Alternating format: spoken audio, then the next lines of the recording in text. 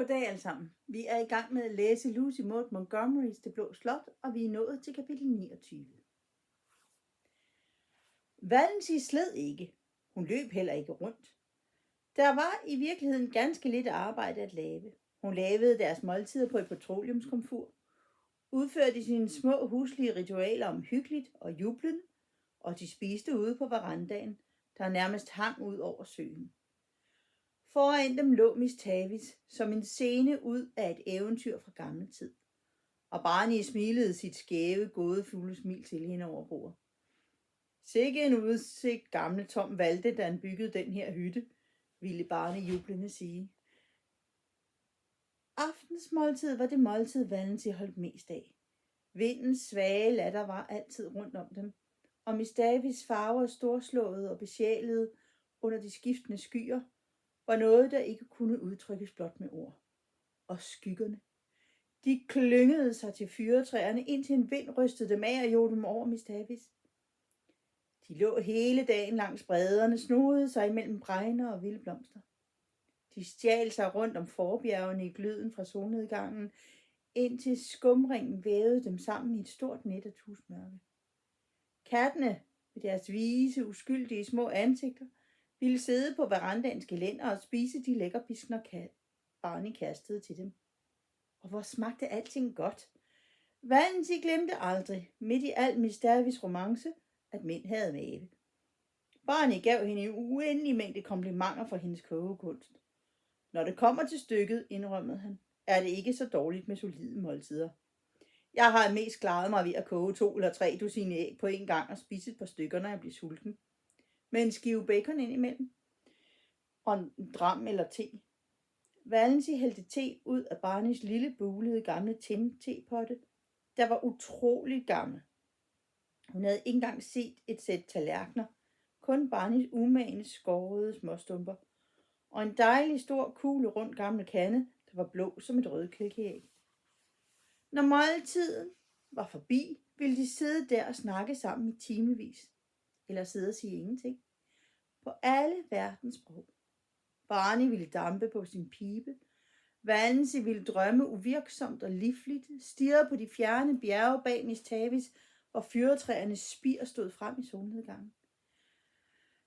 Månelyset ville forsølve Miss Tavis. Flagermus ville begynde at dykke mørke imod det blege vestlige guld.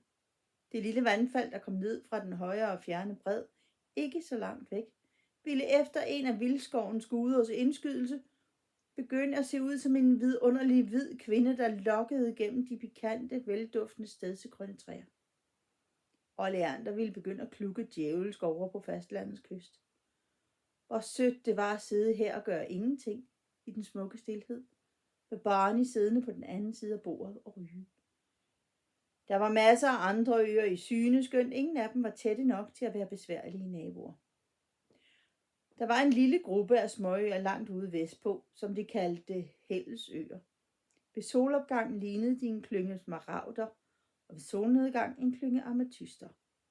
De var for små til huse, men lysene fra de større øer ville blomstre ud over hele søen, og bål ville blive tændt ved deres bredder, så lyset strømmede op i skovens skygger og kastede store blodrøde bånd over vandene. Musik ville drive lokkende over til dem fra både hist og her, eller fra verandaerne omkring millionærens store hus på den største ø. Vil du gerne have et hus som det der, Måneskin? Spurgte Barney engang og vinkede med en hånd imod det. Han var begyndt at kalde hende Måneskin, og Valency elskede det. Nej, sagde Valency, der engang havde drømt om et bjergslot, 10 gange større end den rige mands sommerhus, og nu ynkede de stakkels beboere i paladser. Nej, det er for elegant. Jeg ville blive nødt til at have det med mig overalt, hvor jeg gik, på ryggen som en snegl. Det ville eje mig, besidde mig krop og sjæl. Jeg kan godt lide et hus, jeg kan elske og omfavne og mestre, præcis som vores her.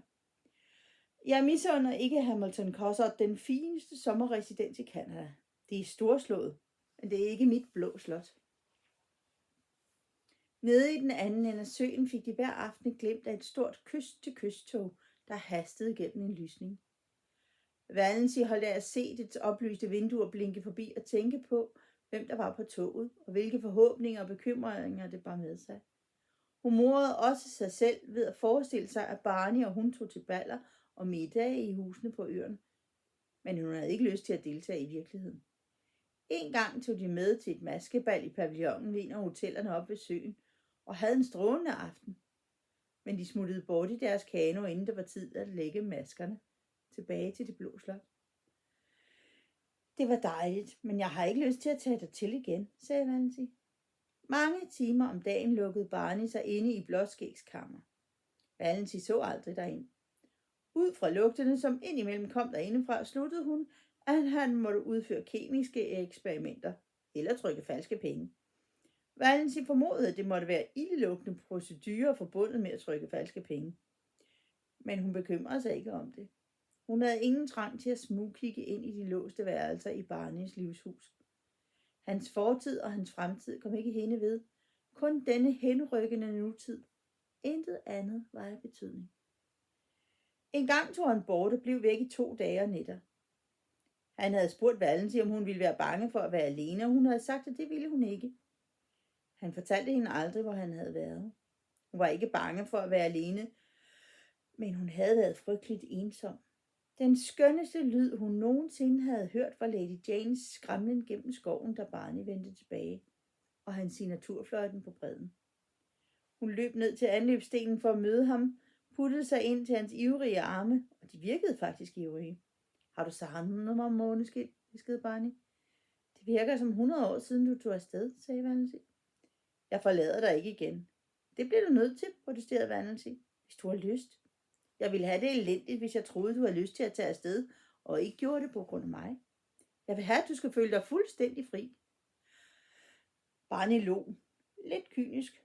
Der findes ikke noget, der hedder frihed på jorden, sagde han. Kun forskellige slags trældom. Og sammenlignelige trældomme. Du mener, du er fri nu, fordi du slap bort fra en særligt ubærlig slags trældom. Men er du? Du elsker mig. Det er en trældom. Hvem sagde eller skrev, at det fængsel, vi idømmer os selv, ej længere er et fængsel, spurgte Valency drømmende, i det hun klyngede sig til hans arm, imens de klatrede op ad stentrinene. Der fangede du den, sagde Barney. Det er al den frihed, vi kan gøre os forhåbninger om. Friheden til at vælge vores fængsel. Men Måneskin, han standsede ved døren til det blå slot og så sig omkring. På den storslåede sø, den store skyggefulde skov, bålene, de blinkende lys. Måneskin, jeg er glad for at være hjemme igen. Da jeg kom ned gennem skoven og så mit hjem lys, mit glimte under de gamle fyrtræer. Noget jeg aldrig har set før. Pigebarn, så var jeg glad. Glad. På trods af Barneys storme om trældom, mente Valency, at de var herligt frie. Det var utroligt at være i stand til at sidde oppe halvdelen af natten og se på månen, hvis man havde lyst. At komme for sent til måltiderne, hvis man ville det. Hun, der altid havde fået så skarpe reprimander af sin moder, og så bebrejdende reprimander af kusine Stickles, hvis hun kom blot et minut for sent. Smøle over måltiden lige så længe man havde lyst. Efterlade skorperne, hvis man ville det. Slet ikke komme hjem til måltiderne, hvis det var det, man ville. Sidde på en solvarm sten og skovle rundt i det varme sand med sine bare fødder, hvis man havde lyst. Blot sidde og lave ingenting i den smukke stilhed, hvis det var det, man ville.